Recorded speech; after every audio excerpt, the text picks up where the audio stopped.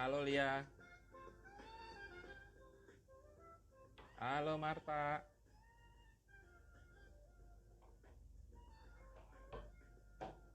Apa kabar? Semoga semua baik-baik aja.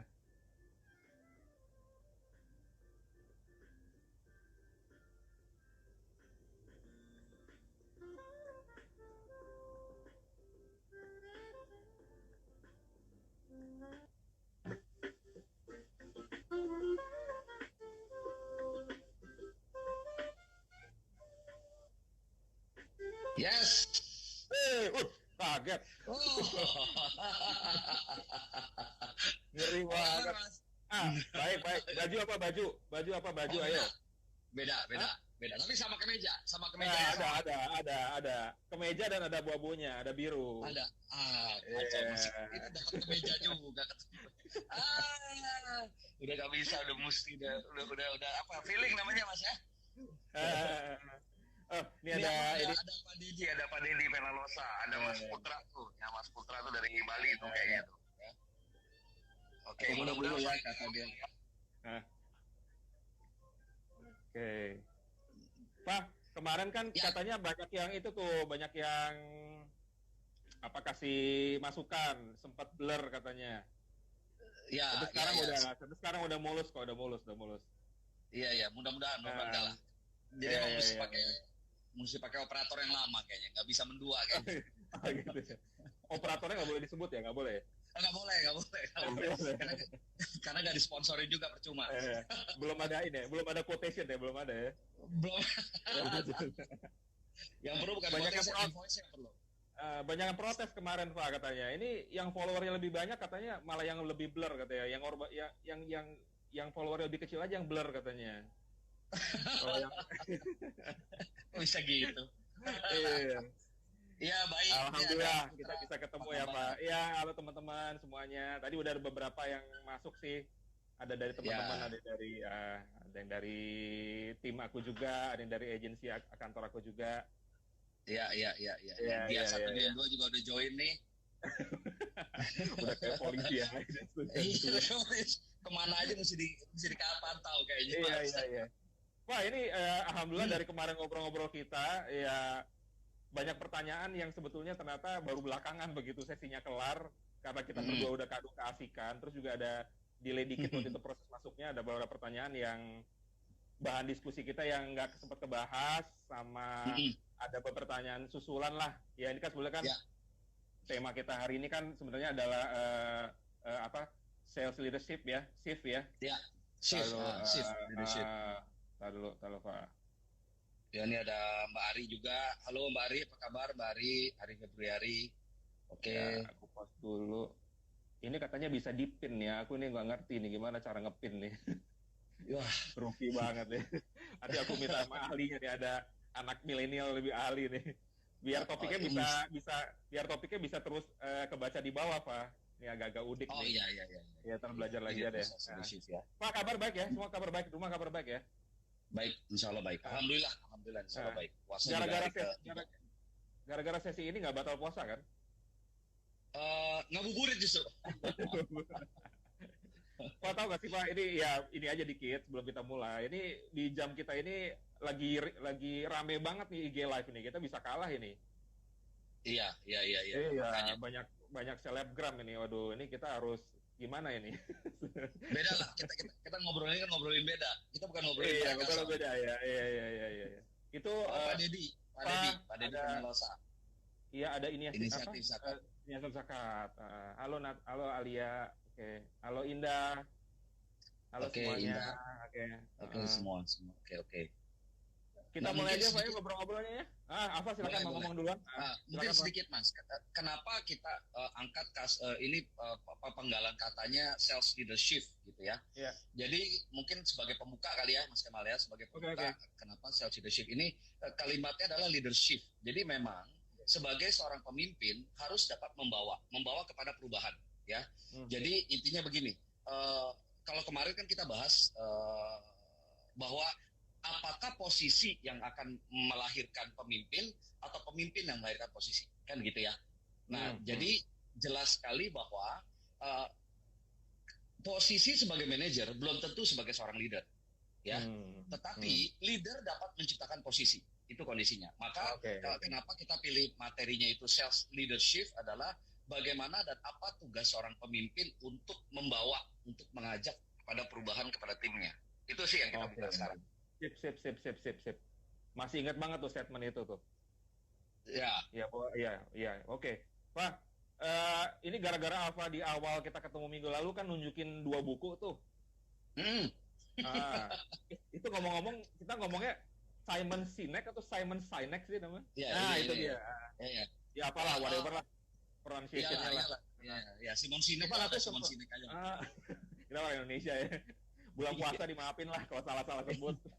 Betul. Aku udah baca, aku speed read aja karena Simon Sinek ini udah kenal juga, cuman bukunya terus terang waktu nunjukin itu, wah penasaran, akhirnya sempat baca lah gitu ya. Alhamdulillah source-nya bisa dapat di bulan Ramadan, social distancing ini malah semua sources terkait dengan membaca jadi banyak banget ya Pak ya, banyak banget akses yang di free-in gitu ya. Nah, dari semuanya aku cuman inget banget satu Pak. Ini memang mesti baca berkali-kali kan ya, kalau cuma sekali ini. Aku cuma lihat ada satu kalimat yang masih terngiang-ngiang di kepalaku lah gitu ya. Kita kan ngomong soal masalah sales ya, bahwa Alfa bilang bahwa sales itu kan mestinya berada di setiap fungsi organisasi gitu kan mestinya kan. Jadi nggak hanya departemen atau apalah yang namanya sales department atau sales division aja. Nah, Simon Sinek ini bilang gini gitu ya, people don't buy what we do. Jadi people don't buy what we do, dia bilang gitu. What-nya yang ditekanin ya. But people buy why we do what we do. Jadi artinya orang nggak beli dengan apa yang kita tawarin, tapi orang lebih membeli dengan alasan yang membuat mereka confident dan melihat kita tuh memang believe dengan apa yang kita tawarin gitu Pak. Ini ada kata perbedaan what dengan why di sini. Alfa bisa, Alfa kan pasti udah hatam bukunya nih. Kira-kira apa sih maksud statement itu? Oke. Secara gini, ya berarti kalau kita ngebahas buku Simon Sinek yang Finding Your Why, ya. Jadi memang begini, di Simon Sinek itu ngebahasnya adalah semua always start with why, ya. Jadi mengapa kita melakukan apa yang kita kerjakan? Nah itu yang paling penting, Mas Kemal. Jadi di buku itu kita kenal Simon Sinek memperkenalkan tentang Golden Circle, ya. Golden Circle mungkin kalau gambarnya seperti ini. Ini Golden Circle seperti ini. Udah siap. Ini kita nggak janjian nanyanya. Enggak, sama sekali enggak nih. Makanya tadi pas lo ngomong gue langsung begitu Simon Sinek ini. Gitu. Jadi Oke. Ini Golden Circle, Mas Kemal. Jadi Golden Circle itu, jadi kalau orang mau sukses menurut Simon Sinek itu ada tiga faktor untuk penentu orang sukses, itu disebut dengan Golden Circle ini. Bahwa kebanyakan kita bekerja ya, kita sebagai karyawan kita bekerja, yang kita cari apa sebenarnya. Tapi kita sering lose track di situ, Mas Kemal. Di situ kita sering bahwa kita cari gaji di situ ya. Kita cari gaji, kita cari pangkat. Jadi yang gaji, pangkat, posisi itu adalah what sebenarnya. Apa? Kan gitu ya. Tapi kita nggak pernah tahu kenapa kita mau gaji segitu. Kenapa kita mau posisi itu. Kenapa kita mau semua fasilitas itu. Why-nya nggak pernah. Sehingga di perjalanan, ya kita lihat di sini, seringkali di perjalanan orang itu kehilangan arah. Dia nggak tahu how-nya, ya dia nggak tahu how-nya karena mereka startnya dari what-nya. Menurut Simon Sinek itu sukses itu dari inside out, bukan. Jadi kalau dari inside out itu modelnya gambarnya begini kurang lebih Mas Kemal jadinya. Dari inside out, ya. Jadi sukses itu kalau orang sukses itu bukan yang dicari dulu apa, bukan, tetapi mulai dengan apa dulu. Kenapa lu mau seperti itu? Why-nya. Jadi kesimpulan dari itu Mas Kemal, jika why-nya strong enough, you will find the how. Ya, hanya ketika ketika nanti teman-teman siapapun menemui kendala dalam mentok di pekerjaan sebagai sales atau apapun, ini kok gue mentok nggak tahu jalannya, balik lagi ke why-nya. Berarti kalau how-nya nggak tahu jalannya, kemungkinan why-nya nggak kuat. Maka kesimpulan di Golden Circle itu adalah jika kita dalam perjalanan hidup, karir dan hidup kita menemukan mentok, nggak tahu jalannya apa, kita harus kembali lagi kepada why kita melakukan itu semua. Maka Simon Sinek tadi bilang kan bahwa dia itu bukan don't buy what we do, ya, but people buy why we do, kan gitu. Artinya dalam konteks penjualan nih Pak ya, bener nggak bahwa sebetulnya waduh saat kita, ya contoh misalnya kita di insurance, lakukan di insurance gitu ya, produk yang paling sebetulnya universal juga ya, tapi pada saat kita ngomong berarti bukan masalah feature dulu dong ya, speknya dulu isinya apa ya, artinya lebih mengarah kenapa ada kebutuhan apa di dia gitu, maksudnya gitu ya artinya ya. Yes. Nah, kalau Mas Kemal bahas itu, saya ambil sedikit teori marketing mix. Ingat nggak Mas, zaman dulu ada waktu kita kuliah, kita sebut marketing mix ya. Ada 4P. Nah, 4P pertama itu adalah produk. Nah, tapi zaman dulu kita kenal cuma 4P. Tapi sekarang dikembangkan 4P jadi 4C. 4P plus 4C. Jadi 8 ya. Jadi, kalau P pertama kan produk. Tapi P pertama produk, C-nya itu adalah customer solution. Jadi tepat banget Mas Kemal tadi bilang, kalau kita jualan hanya untuk dapat insentif, maka kita akan menemukan kesulitan. Tapi kalau produk kita cari sisi mana dari produk kita yang merupakan solusi atas setiap masalah. Jadi ada dibalik Mas. Iya. Itu juga ngomong-ngomong tulisannya kebalik tuh Mas, ini mungkin gara-gara bulan Ramadan kali. Jadi kebalik. Dari kanan ke kiri. Iya. Bercanda. Mohon maaf.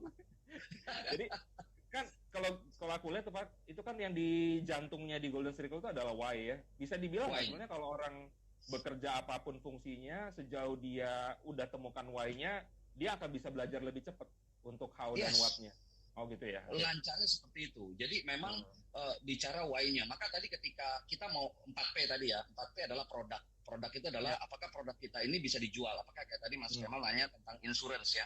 Bagaimana sih cara jual insurance yang bagus adalah kalau lu jual insurance, lu akan menemui kesulitan. Karena kenapa? Itu benefitnya nggak jelas kan. Benefitnya lu gue mati ibaratnya begitu. Tapi kalau kita pendekatannya pakai 4C tadi, yaitu solusi dari permasalahan yang kita punya, itu akan menjadi permasalahan yang berbeda jadinya pembahasan. Oke. Jadi memang lebih banyak mengumpulkan why-nya ya.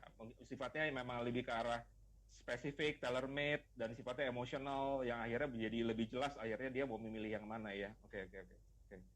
Pak, kalau misalnya kita lihat kembali ke Simon Sinek ini ya, tentang yang, ya gue tetap masih curious tentang kalimat tadi ya. Karena terus terang sih Pak, di dalam bidang penjualan itu orang rame-rame nyerbu what-nya dong. Karena begitu, produknya apa, isinya apa, biar jelas. Soalnya ada kekhawatiran dan mungkin ketakutan juga pada saat berbicara dengan calon klien atau calon nasabah, itu duluan yang ditanya gitu. Yang which is mungkin secara awal-awal itu dulu gitu ya. Cuman ternyata banyak sekali yang sifatnya penolakan, penundaan, karena mungkin jangan-jangan ya, nggak tahu Alfa mungkin bisa kasih tahu nih, jangan-jangan why-nya dari sisi si nasabahnya atau calon kliennya juga nggak jelas juga, sehingga belum bisa dijawab sama what dari produknya gitu nggak sih?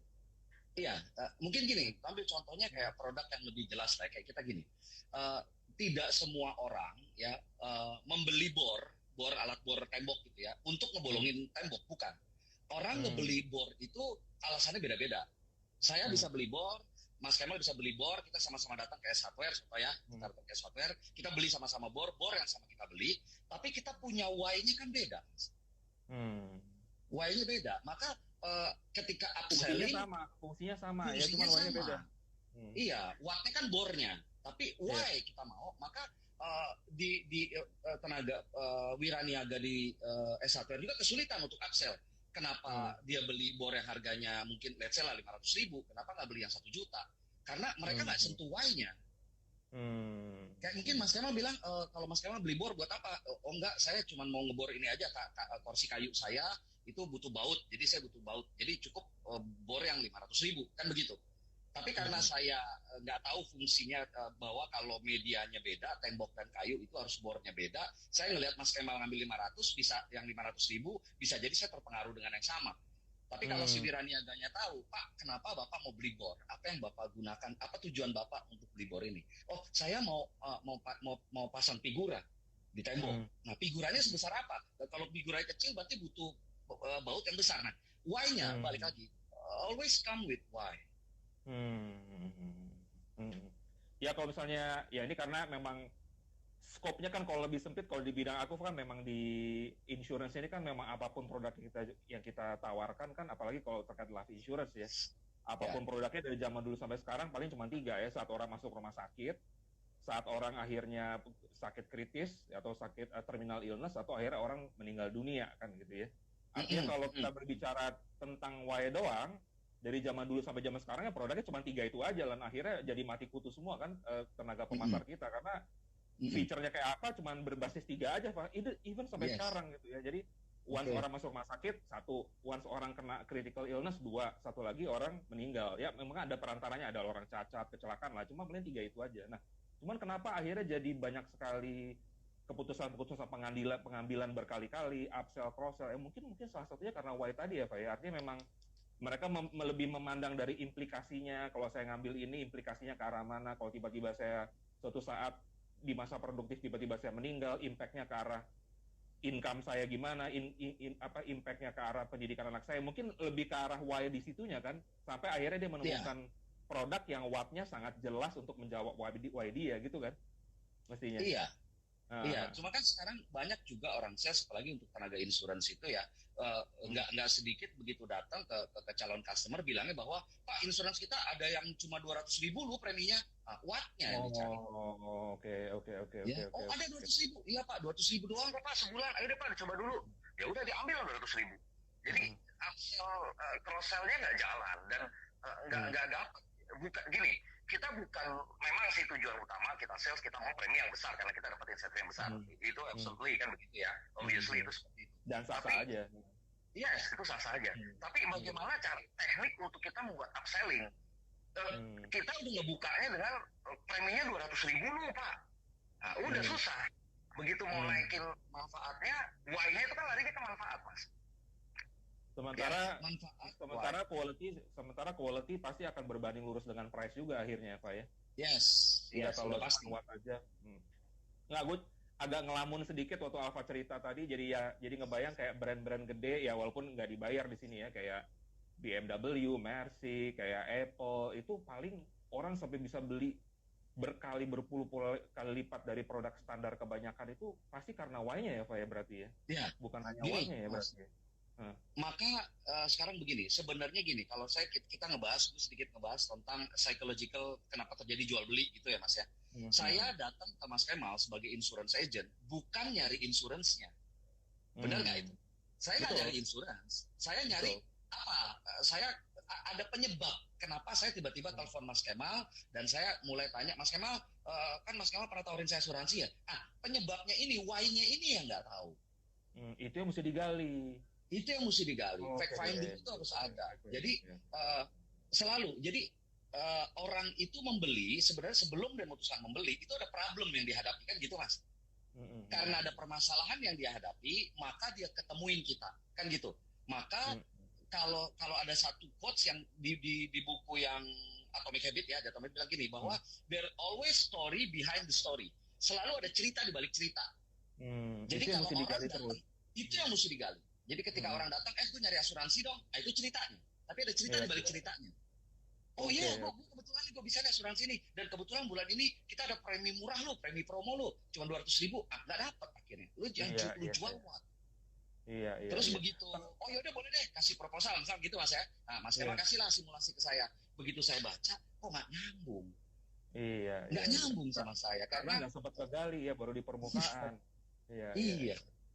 Dan kadang-kadang mungkin artinya ya Simon Sinek ini juga mengajak kita secara langsung ya lewat bukunya ini untuk mengingatkan terus di saat kita datang itu memang harus temukan why-nya dengan cara fact finding tadi ya Pak ya. Itu sebenarnya bukan terkait produk asuransi aja, even semua produk sekarang, karena mungkin dengan yang Alfa angkat sekarang sales leadership ya, mungkin itu shift yang memang harus segera dilakukan oleh tenaga pemasar dan penjualan sekarang ya, karena kalau mereka terus berkutat di what ini ya suatu saat mereka hanya dengan menawarkan brosur mungkin nggak akan bisa dapat penjualan yang sesuai dengan sasaran dan tepat guna juga buat konsumen mereka kan, mestinya gitu kan. Betul. Jadi nggak dapat kondisinya kayak tadi ya, Mas Kemal tadi nyebut BMW segala macam. Nah sekarang pertanyaannya satu deh, mobil secara relatif mah semua sama.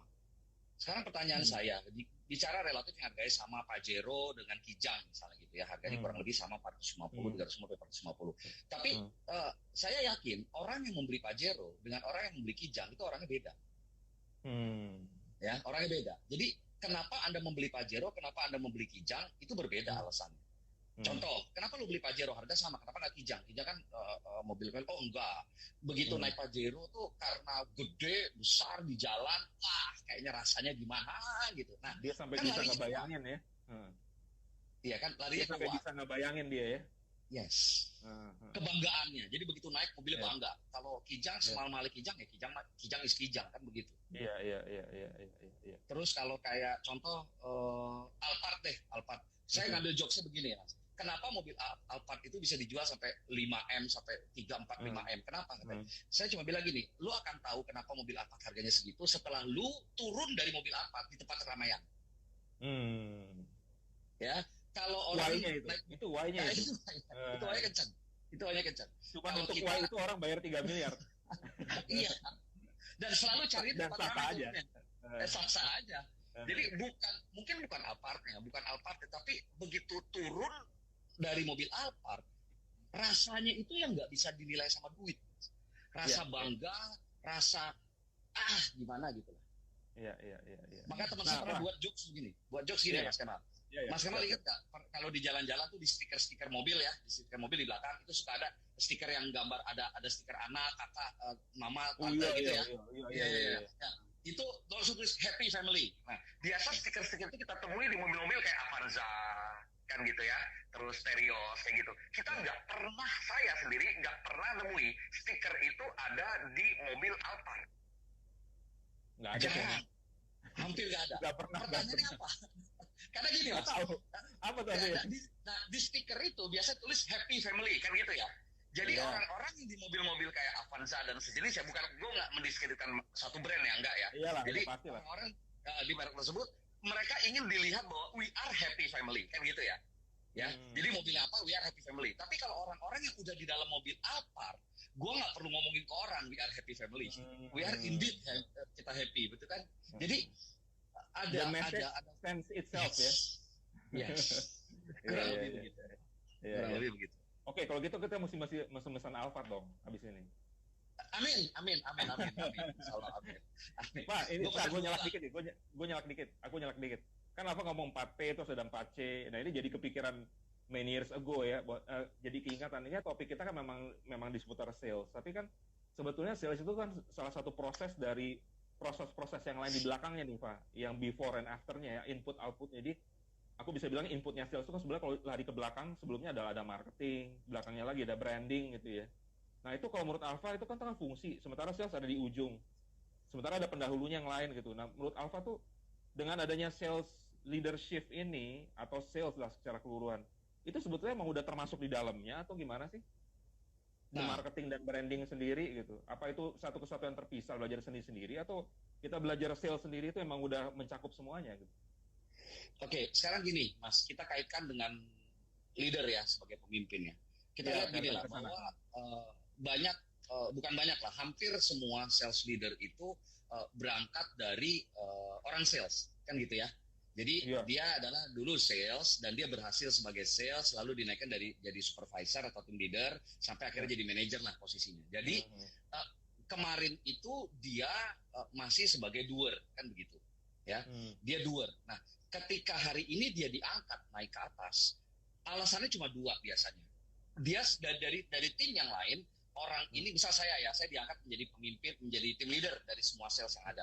Pasti kalau di sales itu cuma ada dua faktor penilaiannya. Saya tercepat mencapai target dan angka pencapaiannya tertinggi, kan gitu Mas. Ya. Okay. Jadi karena dua faktor ini tercepat dan tertinggi, maka saya naik. Jadi tercepat dan tertinggi itu tiket untuk naik. Ya, tetapi ketika di atas untuk saya berhasil memimpin tim sales itu udah nggak bisa lagi pakai tiket tercepat tertinggi. Maka sebelum saya jawab pertanyaan Mas Kemal, kenapa sales leadership, bahwa ketika kita dari sebagai sales dan naik diangkat menjadi sebagai pemimpin itu harus ada shift. Nah, shiftnya itu harus ada shifting gearsnya. Jadi harus oper gigi. Mungkin pada saat kita jadi sales itu kayak ibarat saya ilustrasikan kita lewat jalan tol Jagorawi. Jadi langsung tancap gigi 5. Dan ketika kita naik ke atas, namanya naik posisi di atas. Nah berarti kan kalau kondisi jalan kita naik, kita dipaksa dengan satu keadaan kita harus turun gigi. Iya. Kalau di jalan rata kita butuh speed. Tapi ketika di jalan tanjak, kita butuh power. Maka sebagai seorang Oke. pemimpin itu, power itu penting. Ya, power bukan berarti yang gebrak meja ya Mas ya. Power bukan berarti gebrak meja. Power dalam artian, lu power untuk nge-shifting everyone in your team, kan begitu. Dan itu pengalaman gue yang cetak ini, Pak, baru 10 tahun ya bangun tim, itu nggak mudah. Nggak mudah. Karena yang pertama, shifting gear ke rendah itu kan kita dari tinggi ke rendah aja udah satu hal yang menurut kita awalnya negatif kan. Aduh, gue mesti banyak ngalah nih. Awalnya dulu ya, karena nggak bisa langsung keras kan gitu ya. Tapi ya berikutnya adalah ya perlahan-perlahan itu kan memang akhirnya kita mesti, karena di mobil itu bukan kita sendiri lagi kan Pak, kita nggak bisa cepat dan tinggi sendiri gitu. Di mobil itu mulai ada penumpangnya kadang-kadang kalau kita kecepatan ada yang muntah di belakang gitu kan ya, ada yang pusing atau apa. Nah itu mungkin yang apa maksud shift ini kali ya, mestinya ke arah sana ya mestinya. Itu maka tadi balik. Gimana Mas? Duluan Pak. Sorry. Balik ke pertanyaan Mas Kemal tadi, bahwa ada fungsi-fungsi di belakangnya kayak marketing dan branding segala macam gitu ya. Maka di 4P tadi itu persatuan semua. Jadi ada produk, ada price, ada place, ada promotion kan gitu ya. Bicara produk kita ngelihatnya bukan produk, kita ngelihat adalah customer solution. Bisa nggak kita berpikir apapun yang kita jual itu merupakan solusi terhadap masalah orang yang sedang menghadapi masalah terkait dengan produk kita, kan begitu ya. Nah, itu satu. Yang kedua, kita bicara price. Ya, kita bicara price itu bukannya tim sales yang nentuin price. Ya, ada tim di belakang yang nentuin price. Tapi price di kita, customer itu adalah cost. Kan gitu. Jadi di P yang kedua di 4P price, tapi di 4C-nya untuk ke customer-nya adalah kita bilang price, customer bilang biaya. Yes. Kan gitu. Kita bilang place, customer bilang convenience. Kita bilang tempat, customer bilang convenience, kenyamanan dari mana. Jadi kayak zaman sekarang ini, karena kita lagi WFH ini, jempol itu sangat mempengaruhi untuk tingkat peningkatan jumlah tagihan kartu kredit di bulan depan. Ya, karena dengan jempol klik beli, besok tagihannya keluar kan gitu. Nah itu sih, jadi mesti banyak dikontrol oleh dian kita ini. Oh iya. Tugasnya berat itu Mas. Nah itu sih jawaban tadi dari pertanyaan Mas Kemal sih. Oke. Nah ini mundur tadi Pak. Sekarang ke depan ya, mungkin jawabannya bisa sama, bisa berbeda ya.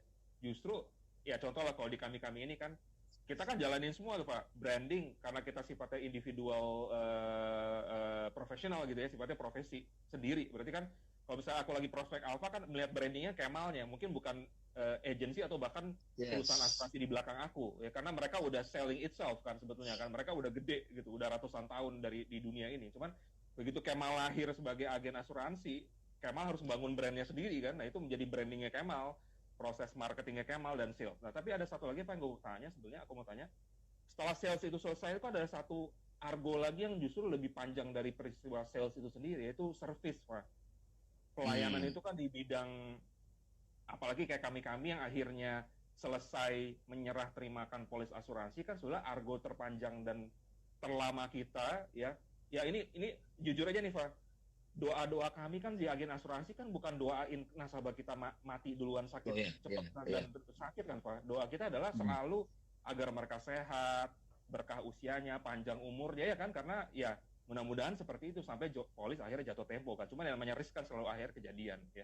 Nah, dengan lebih panjangnya argo atau meter ini Pak, kaitannya dengan sales leadership itu fungsi service gimana ya Pak ya? Mesti dipikirin juga nggak sih sebetulnya dalam hal ini? Ya, itu jadi gini, kalau bicara sales sama service itu dua sisi mata uang Mas. Jadi kalau bicara satu mata uang koin, kita nggak bisa ambil satu sisi aja. Nah, kita paham juga ya kalau kenapa gini. Pertanyaannya satu, kenapa service sering ditinggalkan? Kan gitu ya. Ya, kenapa satu sisi service itu tinggal. Jadi gini, kita balik ke definisi lah ya. Kalau sales itu adalah satu proses untuk mendapatkan new customer. Ya, itu sales. Ya, untuk mendapatkan new customer. Nah, service untuk maintain existing customer. Maintain ya. Maintain existing customer. Nah, menurut kalau saya ambil teori dari Peter Drucker, manajemen marketing guru ya, itu orang yang paling top di dunia marketing lah ya, almarhum Peter Drucker. Peter Drucker bilang begini Mas di bukunya, the purpose of the business, tujuan dari bisnis itu cuma dua, yaitu untuk mendapatkan customer dan mempertahankan customer. Oke. Jadi tujuan bisnis apapun itu mendapatkan customer dan untuk mempertahankan customer, retain untuk gain customer dan retail ke customer. Jadi kalau kita melihat begitu berarti itu bukan merupakan satu tanggung jawab, tapi merupakan satu proses. Jadi kalau kita mau dapetin sesuatu kita juga harus bisa mempertahankannya. Itu sih larinya ke situ. Ya. Nah, kenapa orang melihat bahwa antara service dan sales, orang sering bilangnya bahwa umumnya di beberapa pelatihan saya bilang service itu cenderung lebih sulit dibanding sales. Ya, service sulit lebih sulit dibanding sales. Padahal itu orang service kali yang ngomong. Itu orang service yang ngomong. Kalau orang sales lebih susah. sorry ya, motong. Nggak apa-apa. Maka maintain itu jauh lebih mudah sebenarnya. Maintain itu udah biaya tuh nggak terlalu besar dibanding untuk makanya ada namanya acquisition cost. Biaya untuk merekrut satu customer itu berapa yang lu biaya untuk lu keluarkan untuk dapat satu customer. Tapi orang suka salah berpikir akhirnya service yang ditinggalin. Cari terus customer baru, customer lama nggak dipikirkan. Itu sering terjadi seperti itu sih Mas. Padahal menurut Peter Drucker tadi kan 2 tujuan bisnis, cari customer, pertahankan customer. Begitu doang. Akuisisi sama retain ya istilahnya ya, itu ambil dapat ya. Oke. Ya nih agak melayang juga pikiran juga Pak, karena ya kalau kayak kita di lapangan itu kan memang fungsi servisnya harus diambil alih sama kita juga kan, karena orang kenal sama kita gitu. Karena kayak tadi ini aku nanya ini sebenarnya kan di dunia profesi agent ini kan ada 2 Pak, dan dua-duanya masih ada ya. Ada satu yang memang dedicated fully, even aku sama Dian satu ini kan dua-duanya full time berdua gitu ya, betul-betul nggak ada pekerja lain, betul-betul menekuni profesi kita. Sementara pemerintah kita memang masih memberikan kelonggaran buat orang-orang yang menggunakan mengambil profesi agen asuransi ini, sementara masih mengerjakan bisnis lain atau pekerjaan lain gitu ya. Jadi di argo yang panjang ini mungkin juga akan sedikit banyak berpengaruh ya, karena terkait dengan hal ini, karena kan waktu yang mereka invest untuk melayani pasti juga akan terpecah gitu kan Pak. Iya. Nah, makanya gini, yang saya salutnya orang-orang di bisnis kayak Mas Kemal itu di insurance ya. Bahwa di sesi yang kemarin kita ngebahas adalah John C. Maxwell pernah mengatakan begini. Untuk ngetes seseorang itu punya kemampuan memimpin atau tidak, itu very simple. Kasih 3 bulan, tim yang bukan karyawan tetap.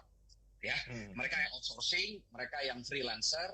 Nah, kalau 3 bulan, orang tersebut dapat mengkoordinir si orang-orang ini, yang freelancer ini, then he is a true leader. Nah, maka kalau saya ketemu sama orang insurance itu, ketika saya sudah dapat sertifikasi itu, saya berpikir bahwa oh inilah, they are leaders. Jadi, agensinya Mas Kemal itu adalah kumpulan pemimpin-pemimpin sales itu yang ada di dalam situ. Ya, Pak, jadi itu sih. Yes. Pak, ini yang kemarin nggak kebahas nih. Cuman daripada nggak kebahas, gue tunggu di ujung, nanti nggak kebahas lagi, harus ditanya sekarang. Pak, kita kan sempat WhatsAppan ya. Alfa sempat ngomong gini nih. Aku bilang sama Alfa gitu, Pak, di dalam pandemik, waktu itu kan masih bulan Maret tuh, Pak, dalam kondisi kayak gini, gimana Pak strateginya, Pak? Bertahan atau gimana nih? Alfa bilang, nggak tahu itu emang Alfa sendiri atau memang Alfa udah pengalaman atau dengar dari teori mana. Alfa bilang begini, bahwa strategi terburuk di masa krisis tuh malah bertahan malah. Nah, apakah ini yang Alfa state ini apakah malah artinya memang strategi terbaik di masa ini adalah menyerang atau gimana sih? Khususnya di masa kayak gini. Oke, sekarang kita gini, Mas. Memang sekarang gini ya. Menyerangnya positif ya Pak ya, menyerang maksudnya keep interacting, telepon, data, lewat di Zoom segala macam gitu istilahnya. Oke, kita ambil gini lah. Kita sama-sama, Mas Kemal juga punya pengalaman, udah puluhan tahun, belasan tahun. Kita juga sama-sama punya pengalaman. Tapi teman-teman kita yang sekarang join ini kan semua juga kan harus butuh satu alasan, Mas ya. Why? Balik lagi ke why. Ya, karena saya adalah Alfa, Kemal adalah ya Mas Kemal gitu. Maka kita harus butuh teori lah. Tapi kalau saya ditanya apakah kita sudah mengerjakan, ya pasti. Teori yang kita ambil adalah teori yang sudah kita kerjakan, kan begitu. Ya. Nah, ada satu buku lagi, Mas. Namanya bukunya penulisnya J. Abraham. Ya, J. Abraham. J. Abraham itu tulis buku judulnya Marketing Genius. Ya. Kesimpulan dari buku Marketing Genius adalah J. Abraham bilang begini, bahwa bisnis adalah sebuah proses. Bisnis adalah sebuah proses. Setiap proses dapat diukur. Ya, bisnis adalah sebuah proses dan setiap proses dapat diukur. Dan segala sesuatu yang terukur dapat dikembangkan. Oleh sebab itu, jika hasil belum sesuai dengan target yang kita ingin capai, jangan hanya lihat hasil akhir, tapi ukur prosesnya. Ya, jadi bisnis adalah sebuah proses yang terukur yang dapat dikembangkan. Maka jika hasil sales kita atau hasil usaha kita belum mencapai target yang sesuai kita ingin capai, berarti yang harus kita lakukan adalah ukur prosesnya. Nah, permasalahan sekarang adalah kebanyakan dari kita itu tidak mengukur proses. Bagaimana mau ukur proses? Semua kegiatan kita tidak kita dokumentasikan. Nah, maka ketika bicara sibuk di lapangan juga, Pak. Yes, itu udah pasti. Maka ketika ukur proses, Mas Kemal tadi tanya, apakah bertahan atau menyerang? Nah, sekarang dari semua proses A, B, C, D, E, F, G, mana yang dalam kondisi pandemik ini nggak bisa kita lakukan? Mana yang masih bisa kita lakukan? Nah, hal itulah yang kita lakukan. Nah, menyerang dalam hal di sini adalah, apakah benar-benar kita nggak bisa melakukan sesuatu? Nggak bisa. Kita harus lakukan sesuatu karena kita butuh makan. Why-nya kan udah kuat, kita butuh makan. Nah, maka contoh gini ya, kalau bicara nyambung tadi si J. Abraham bilang itu, maka sales juga merupakan siklus. Sales is process. Nah, very simple, siklus sales yang paling gampang adalah kita punya list nama calon customer kita, lalu dari list customer itu kan kita harus telepon satu-satu. Misal saya ada nama list nama, ada Mas Kemal di sini, ada Mas Kemal di sini. Nah, lalu saya ada nama Mas Kemal di sini, saya sales insurance, apa yang saya lakukan? Ya saya telepon dong Mas Kemal. You know? Nah, teleponnya untuk apa? Nah, ini juga salah. Jadi harus dibedakan. Ada 2 channel sales di lapangan. Ada direct selling, ada teleselling. Ya, jadi kalau kita direct selling, jangan coba-coba jualan lewat telepon. Karena tekniknya beda, caranya juga beda. Nah, kita bicara karena Mas Kemal adalah insurance, saya juga di bank juga sama, dan kita adalah direct selling kan gitu ya. Maka ketika saya punya list nama calon customer saya, ada nama Mas Kemal, saya telepon Mas Kemal. Apa tujuan telepon? Saya ajak Mas Kemal ketemuan, kan begitu. Jadi pertama itu aktivitasnya call, telepon dulu calon customernya. Dan telepon untuk apa? Telepon untuk ketemu. Maka di telepon ini judulnya adalah telepon call appointment call, untuk buat janji visit. Nah, bukan dari visit, bukan sales beda. Call. Kalau sales call dan di visit ini tadi ya. Jadi telepon atau call untuk janji ketemu. Oke. Nah, di janji ketemu ini kita lakukan presentasi, handling objection, segala macam di sini. Sampai jadilah closing. Ini yang flow yang simple lah, Mas ya. Nah, di dalam masa pandemi ini, visit kan udah hampir sulit kita lakukan. PSBB. Ya, sehingga apakah kalau visit nggak ada, berarti kita nggak bisa melakukan closing, nggak bisa. Kan call masih bisa kita lakukan. Jadi, apakah call ini disebut bertahan? Enggak, saya nggak setuju kalau saya teleponin list nama untuk sekedar kita ngobrol segala macam, itu bukan satu bentuk bertahan, itu satu bentuk attack gitu. Tapi mungkin silent attack. Iya. Wah, itu ngeri tuh, silent attack. bisa judul film horor itu. Tapi Pak, soal impossible. Tapi Pak gini, bagus ya, aku note banget gitu ya, artinya memang arti kata menyerang di masing-masing orang, masing-masing teman-teman yang hadir di sini, makasih teman-teman ya, masing-masing kata menyerang dalam artian positif dari masing-masing yang hadir hari ini pasti udah ngerti gitu ya, kalau di bisnis gue, di profesi gue apa. Mungkin kayak saya, artinya Pak, seperti kayak gini kita sebagai orang-orang di insurance, terutama di company aku gitu ya, harusnya lebih banyak bersyukur karena memang sebetulnya kita tidak hanya perlu melakukan sales appointment, tapi kita juga bisa melakukan pertemuan, Pak. Karena sekarang kan semua perusahaan lagi banyak berlomba membenahi digital platform mereka kan, agar mereka tetap bisa melakukan proses edukasi sampai akhirnya menjadi sebuah transaksi itu lewat tatap muka seperti ini gitu. Nah, aku dengar di beberapa perusahaan, apalagi di perusahaan kami di industri asuransi ini lagi banyak tektokan dengan otorita ya, OJK, untuk bisa membuat sistem marketing and sales ini dan juga service tentunya ya bisa seamless di dalam masa pandemi COVID ini. Jadi no worry bagaimana kita harus ke rumahnya Alfa atau apa, even dari sini pun kalau kita platform digitalnya udah lengkap, udah enak Pak. Jadi sebenarnya kategori menyerang itu positif ya Pak ya sebetulnya ya. Tidak hanya melakukan telepon, hal ini pun juga bisa kita lakukan gitu ke depannya. Iya. Jadi Kayak contoh gini ya, kita melalui sosial media, kita iklan, kita broadcast di sosial media, itu pun satu bentuk attack, itu satu bentuk nyerang gitu ya. Itu satu bentuk penyerangan, itu satu bentuk kita untuk nge-grab customer kita ke dalam satu posisi, satu pola pikir, kan gitu ya. Jadi nggak ada yang namanya bertahan, itu nggak ada. Nggak ada yang namanya bertahan. Oke. Nah lanjut nih Pak, ini kan attack positively ya, udah termotivasi nih. Cuma kadang-kadang ada suka keraguan juga ya di dalam masa seperti ini. Kalau kita attack, mereka punya kesanggupan untuk membeli nggak sih ya? Ini mungkin bisa dikawinkan dengan yang tadi what tadi ya Pak ya. Terus artinya gini, misalnya kalau di asuransi lah gitu ya, di satu sisi kita tahu nih bahwa kita perlu melakukan cross sell, terutama upsell terutama apa? Karena kita kan nggak nyari jumlah nasabah kita sampai ribuan ya, kita juga capek juga kan kalau misalnya mereka kebanyak dalam satuan yang sama mereka melakukan klien juga ribut sendiri gitu ya. Jadi ada orang-orang yang betul-betul bagaimana dia punya base klien yang tidak berlebihan, tapi dia serve semaksimal mungkin di situ gitu ya. Nah salah satunya kan pasti bagaimana di dalam masa pandemik ini kita bisa kasih solusi sesuai dengan why yang cocok dari fact finding untuk bisa mendapatkan proteksi yang terbaik di masa kayak gini, Pak. Nah, setelah semuanya udah di-equip sama perusahaan, platformnya udah siap juga, produknya udah ready juga, di lapangan ini masih muncul keraguan, Pak. Karena di satunya lain kita lihat bahwa ini bagus buat mereka nih, buat konsumen nasabah kita. Tapi di satu sisi, aduh, kok jadi kesannya kayaknya mereka lagi susah, mereka punya uang atau enggak ya. Nah, ini gimana nih, Pak? Yang sifatnya jadi membuat kita tuh jadi nggak bisa maksimal gitu dalam melakukan serang dalam artian positif ini. Mentalitas apa nih mesti dibangun? Gini Mas ya. Jadi ada satu mindset ya kita. Kalau gue lebih sukanya lebih kepada kita bicara mindset ya. Mindset itu kan bicara why lagi ya, bicara why-nya. Jadi buat gue begini, ngeliatnya begini, bahwa everybody is customer. Sepakat ya, bahwa setiap orang adalah customer. Ya. Tetapi tidak semua orang adalah customer kita. Jadi saya ulang, everybody is customer, tapi tidak semua orang adalah customer kita. Kalau ada ya, Pak ya? Iya. Jadi kalau kita melihat ada kerumunan orang nih, ada 10 orang di depan kita. Nah, 10 orang itu customer, Mas. Itu potensial customer semua. Ya, itu potensial customer semua. Potensial customer untuk kita jual asuransi, potensial customer untuk kita jual produk apapun. Apapun yang Anda punya di kantong, ketika kita melihat ada kerumunan massa 10 orang itu mereka potensial customer.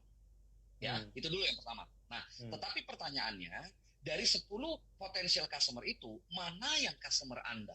Nah, ini yang kita nggak tahu, Mas, jadinya. Ya, bahwa 10 orang itu adalah potensial customer. Tetapi yang mana dari antara 10 itu yang customer kita? Atau bicara bilang, yang mana yang rezeki kita, yang mana? Kan begitu. Oke. Nah, ya setahu gue tahun 98 masuk di sales sampai dengan sekarang, gue belum pernah temuin ilmu bagaimana caranya untuk melihat orang, oh ini customer gue, ini nggak dari muka, dari kuping gue nggak ada. Itu nggak ada ilmunya. Ya, so berarti ilmu standarnya adalah yang nggak bisa di shortcut apapun. Dari 10 customer ini customer semua, potential customer, tapi untuk mengetahui mana dari 10 yang customer saya harus going through one by one sampai ke 10. Dari orang pertama sampai orang ke-10.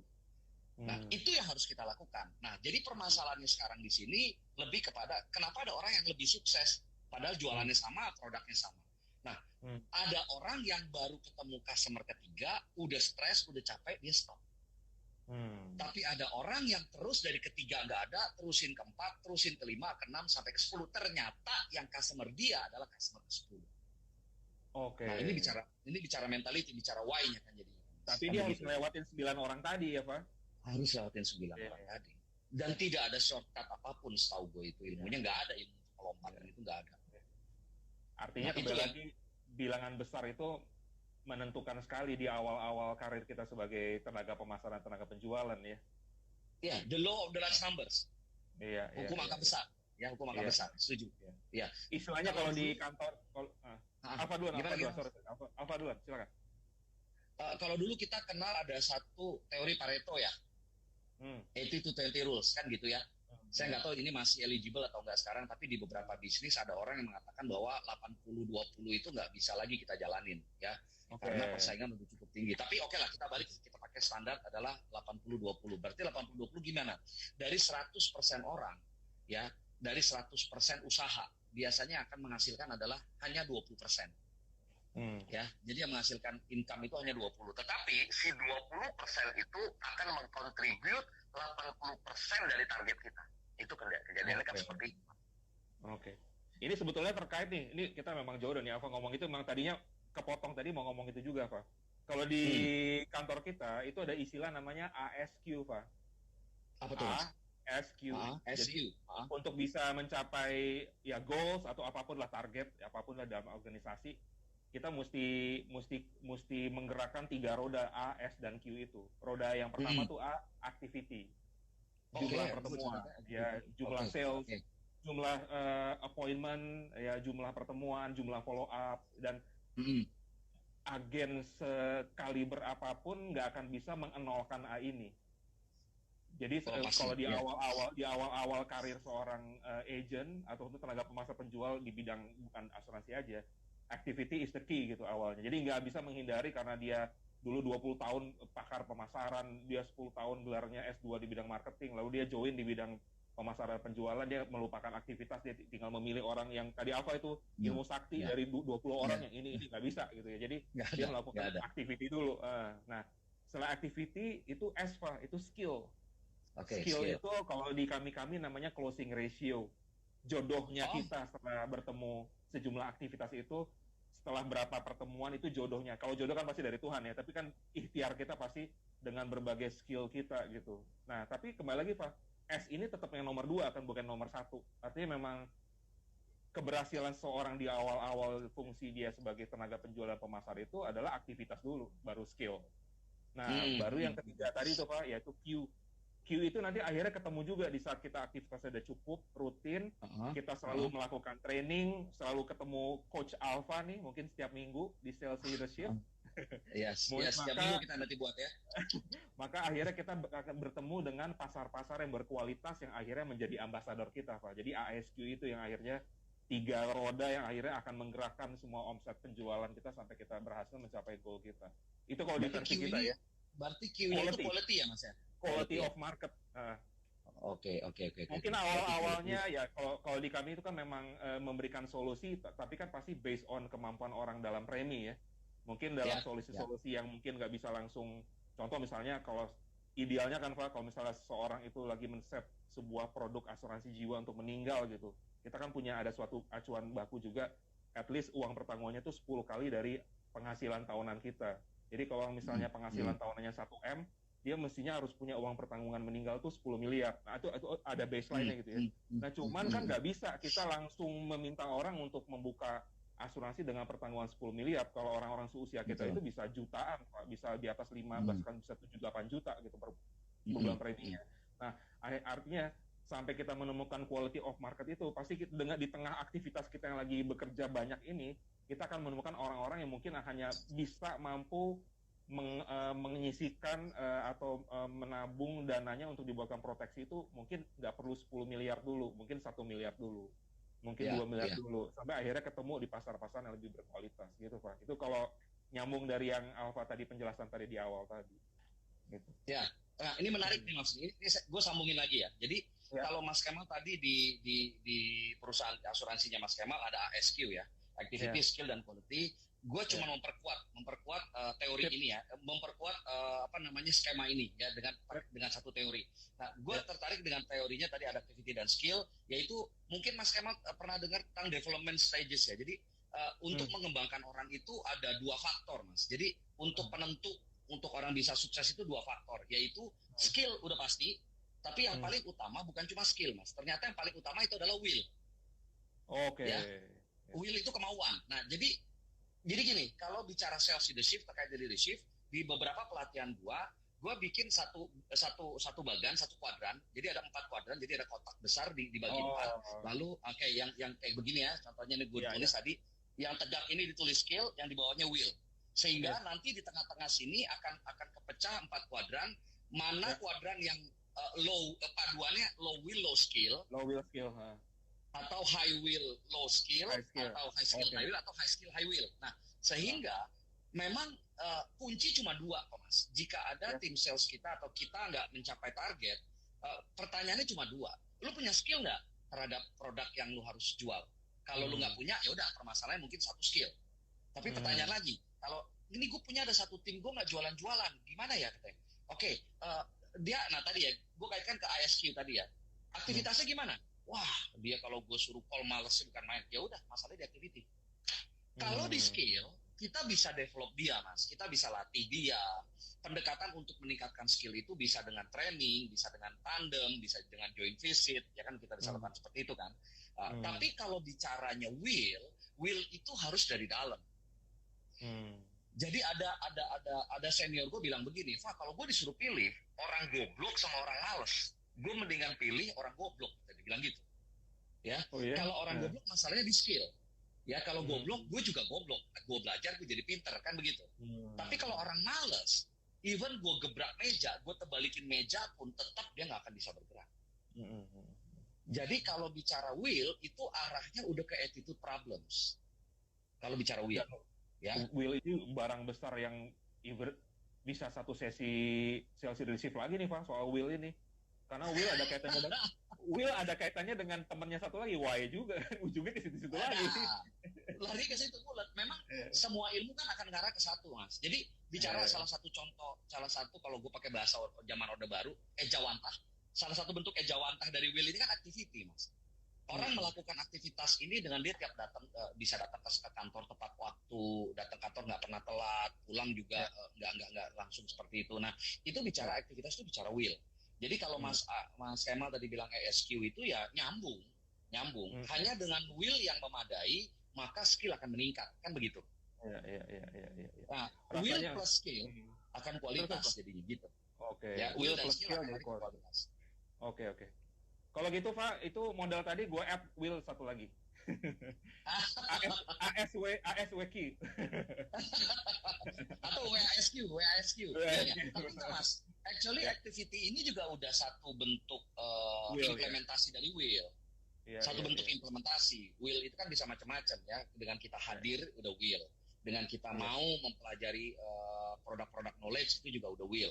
Activity juga udah will. Ya, kalau skill is a skill gitu ya. Jadi buat gua ini nyambung kok, activity itu will dan skill itu udah nggak bisa enggak aja. Dua hal itu cuma faktornya. Berarti kalau kita ngelihat kita sebagai pemimpin melihat ada tim kita nggak mencapai target, kita harus identifikasi either skillnya rendah atau willnya rendah. Iya. Pak, gua bukannya tebak-tebak manggil satu dukun atau gimana, cuman pengalamannya Cetek ini juga gue lihat memang hampir semua problem di grup gua dan di bisnis gue itu memang problemnya, even di gua pribadi ya, itu adalah will. Dan will itu memang akhirnya berkaitan dengan why. Dan percaya atau enggak Pak, kadang-kadang why-nya itu nggak harus karena sesuatu yang sifatnya barang ya, material ya. Tapi kadang-kadang why itu adalah seseorang tempat kita akhirnya memberitahukan bahwa gue udah sukses loh gitu. Akhirnya why itu bisa menyerupai who Pak, seseorang.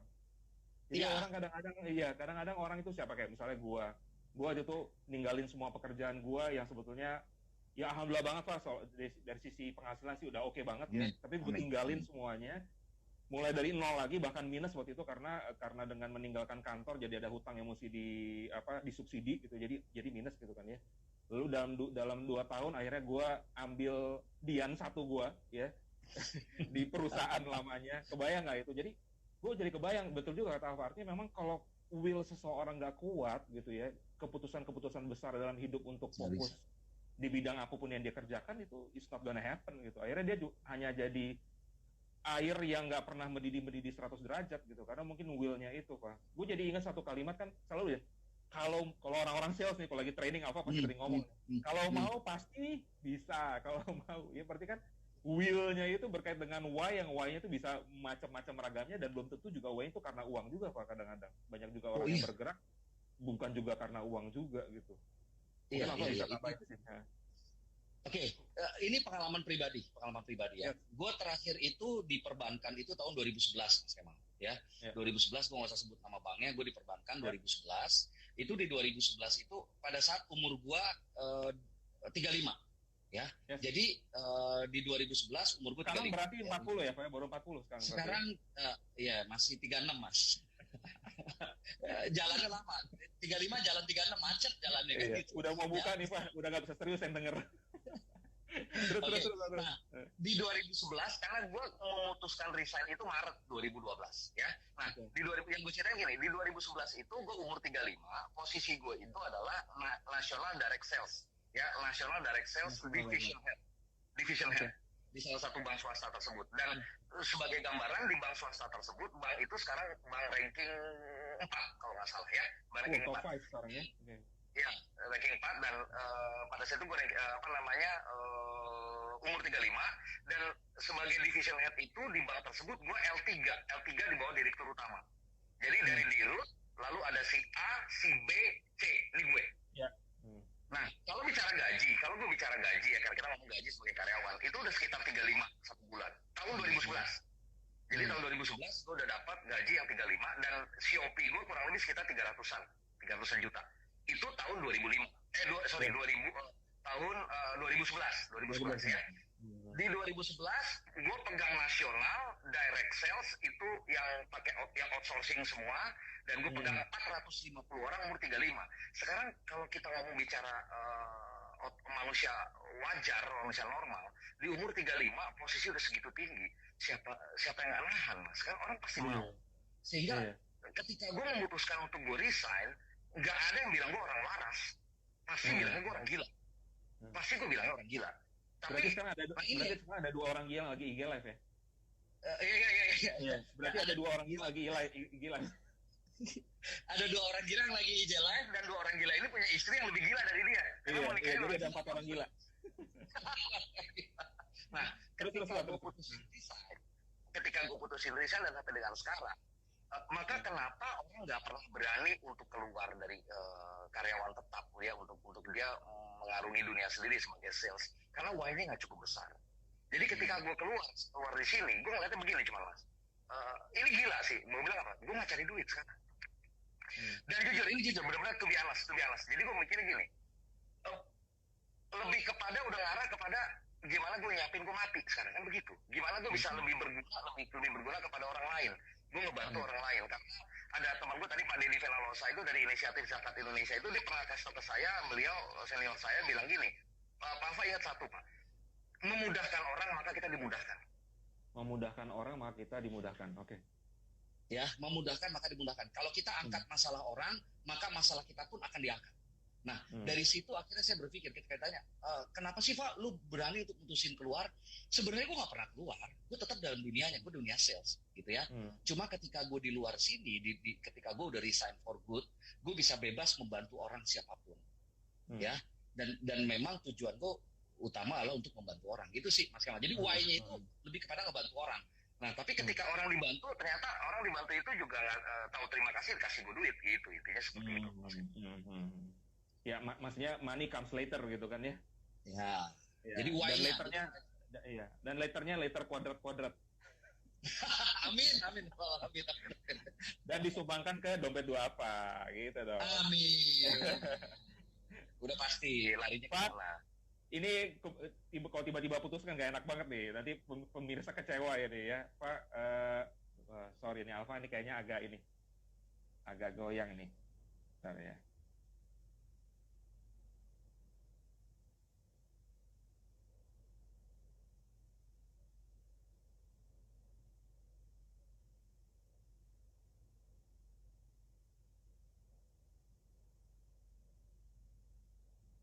Karena lagi hujan. Pak. Yes, okay. Tadi sempat keputus, Pak. Ini karena kebetulan udah tinggal 2 menit lagi di hitungan aku. Bisa minta Pak.